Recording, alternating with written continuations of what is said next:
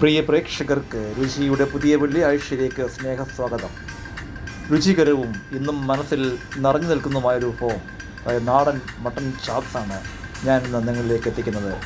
കാലങ്ങളുടെ എവിടെയോ മറന്നുപോയ ഒരു പാചകവിധി. ഒരു ഫ്രൈങ് പാൻ അടുപ്പിൽ ചൂടാക്കി 50 മില്ലി വെളിച്ചെണ്ണ ചൂടാക്കുന്നു.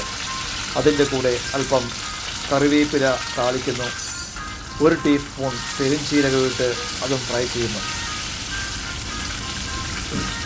പെരുംജീരകവും കറിവേപ്പിലയും ഏകദേശം ഒന്ന് ഫ്രൈ ആയതിനു ശേഷം ഏകദേശം 1.5 കപ്പ് സവാള അരിഞ്ഞതാണ് ഇതിലേക്ക് ചേർത്ത് കൊടുക്കുന്നത്. മട്ടൺ ചാപ്സ് എന്ന് പറഞ്ഞു കഴിഞ്ഞാൽ ഒരുപക്ഷെ ഇന്നത്തെ തലമുറയിലെ ആൾക്കാർക്ക് അറിയുമെന്ന് തന്നെ അറിയില്ല. കാരണം 1/2 കപ്പ് ചുവന്നുള്ളി തൊലി കളഞ്ഞത് ഫുള്ളായിട്ട് തന്നെ ചേർത്ത് കൊടുക്കുന്നു. പണ്ട് കാലത്ത് എൻ്റെ കുട്ടിക്കാലങ്ങളിലൊക്കെ നാട്ടിൻപുറത്തെ ഹോട്ടലുകളിൽ ഏറ്റവും പ്രധാനപ്പെട്ട ഒരു വിഭവമായിരുന്നു മട്ടൺ ചാപ്സ്. ആ മട്ടൺ ചാപ്സിൻ്റെ രുചി ഇന്നും എൻ്റെ നാവിൻ തുമ്പിലുണ്ട്. ഇന്ന് ഒരിടത്തും ആ രുചി കിട്ടുകയില്ല. ഒരിക്കലും കൂടെങ്കിലും ഏതെങ്കിലും ആഹാരം കഴിക്കുവാൻ ആഗ്രഹിക്കുന്ന എന്തുണ്ടെന്ന ചോദ്യത്തിന് എൻ്റെ ആഗ്രഹം ആ പഴയകാലത്തെ മട്ടൺ ചാപ്സാണ്. അതിനെ ഒന്ന് റീക്രിയേറ്റ് ചെയ്യുവാൻ ആ റെസിപ്പി പലയിടങ്ങളിൽ നിന്നും പലരോടും അന്വേഷിച്ച് തേടിപ്പിടിച്ച ഒരു റെസിപ്പിയാണ് ഞാൻ നിങ്ങളിലേക്ക് എത്തിക്കുന്നത്. ഒരു പച്ചമുളക് 4-5 പച്ചമുളക് ചോപ്പ് ചെയ്ത് ചേർത്ത് കൊടുക്കുന്നു. ഇത് അതേ രുചിയിലേക്ക് എത്തുമോ എന്ന് എനിക്ക് യാതൊരു ഉറപ്പുമില്ല. എങ്കിൽ തന്നെയും മാക്സിമം നീതി ഈ വിഭവത്തിനോട് പുലർത്തുവാൻ ഞാൻ ശ്രമിച്ചിട്ടുണ്ട്. നല്ല ഭംഗിയായിട്ട് സവാളയും ചുവന്നുള്ളിയും പച്ചമുളകോട്ട് വഴന്നതിന് ശേഷം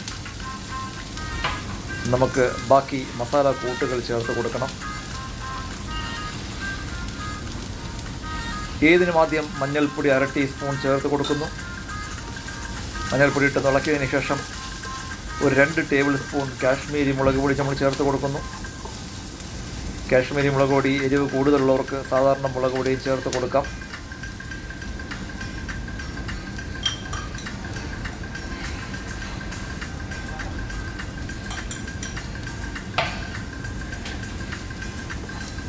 എല്ലാം കൂടെ ഒന്നുകൂടെ നന്നായിട്ട് ഇളക്കുന്നു. മസാല കൂട്ടുകൾ കരിഞ്ഞു പോകരുത്. ഇതിലേക്ക് 1 ടേബിൾ സ്പൂൺ മല്ലിപ്പൊടി ചേർത്ത് കൊടുക്കുന്നു. മട്ടൺ ചാപ്സ് എന്ന് പറയുമ്പോൾ എല്ലാവരും അറിയാം, മട്ടൻ്റെ വാരിയലിൻ്റെ പീസാണ് നമ്മൾ ഇതിലേക്ക് ഉപയോഗിക്കുന്നത്. അതിന് പ്രത്യേക ഒരു ടേസ്റ്റ് തന്നെയുണ്ട്.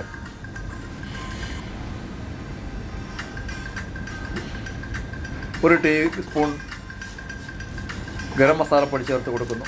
നമുക്ക് എല്ലാത്തിനും ഇറച്ചി വിഭവങ്ങൾക്കൊക്കെ ഈ ഗരം മസാല വളരെ പ്രധാനപ്പെട്ടതാണ്. ഇതെല്ലാം ചേർത്തതിന് ശേഷം 1/2 കപ്പ് തക്കാളിക്ക പേസ്റ്റ് ചെയ്തതും കൂടെയാണ് നമ്മൾ ചേർത്ത് ഈ മസാല കൂട്ടിലേക്ക് ഒഴിക്കുന്നത്. ഈ കൂട്ടുകളെല്ലാം കൂടെ ചെറു തീയിൽ നന്നായിട്ട് സിമ്മർ ചെയ്ത് ആ ഒരു മസാല പരുവത്തിനാക്കിയെടുക്കുന്നു.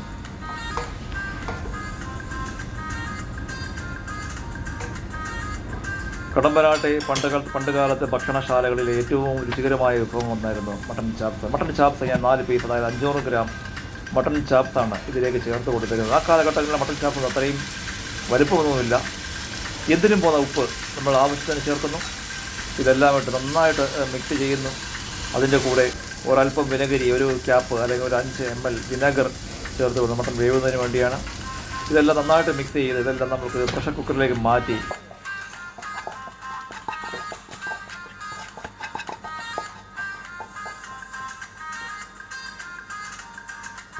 ഒരു കപ്പ് വെള്ളവും നമ്മൾ ചേർത്ത് കൊടുക്കുന്നതിൻ്റെ കൂടെ ഇതെല്ലാം ചേർത്ത് അടച്ച് വെച്ച് ഒരു 12 മുതൽ 15 മിനിറ്റ് വരെയും ഒരു 12 വിസിലോളവും നമ്മൾ ഇത് വേവിക്കണം. മട്ടൺ നന്നായി വേവുന്നതാണ് പരുവം. ഓരോ മട്ടൻ്റെയും പ്രായത്തിനനുസരിച്ച് വേവിൻ്റെ സമയവും ദൈർഘ്യമൊക്കെ കൂടും.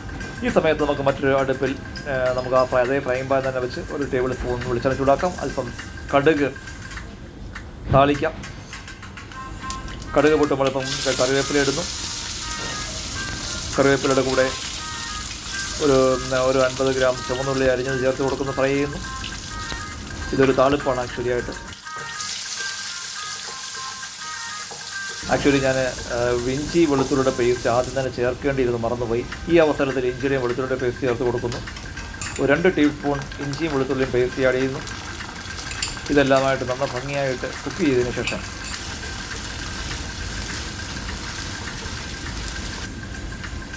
അതിലേക്ക് 1/2 ടീസ്പൂൺ കാശ്മീരി മുളക് പൊടി ചേർത്ത് കൊടുക്കുന്നു. എല്ലാം കൂടെ നല്ലതായിട്ട് ഒന്ന് ഇളക്കി ഒരു മസാല, 1 ടീസ്പൂൺ പെരുംജീരകത്തിന് പൊടി ചേർത്ത് കൊടുക്കുന്നു. ഇതും ചേർത്ത് മസാലക്കൂട്ടുകൾ നല്ല ഭംഗിയായിട്ട് ഇളക്കി നമ്മൾ മുമ്പേ വേവിച്ച് മാറ്റി വെച്ചിരിക്കുന്ന മട്ടൻ എന്നുള്ള സ്റ്റോക്ക് അല്ലെങ്കിൽ വേവിച്ച വെള്ളം ഇതിലേക്ക് ചേർത്ത് കരിഞ്ഞു പോകാതെ മസാലക്കൂട്ടുകളൊന്ന് തിളപ്പിക്കുന്നു. ഒന്ന് തിളച്ചതിന് ശേഷം കുക്കറിലുള്ള മട്ടൻ എല്ലാം കൂടെ നമ്മൾ ഇതിലേക്ക് തന്നെ ട്രാൻസ്ഫർ ചെയ്തിട്ട് നല്ല ചെറുതീയിൽ ഈ ചാറിൻ്റെ കൂടെ ഒന്നും കൂടെ ഈ മട്ടൻ ഒന്ന് തിളപ്പിച്ച് കുറുക്കി എടുക്കുന്നതാണ് ഇതിൻ്റെ പരുവം.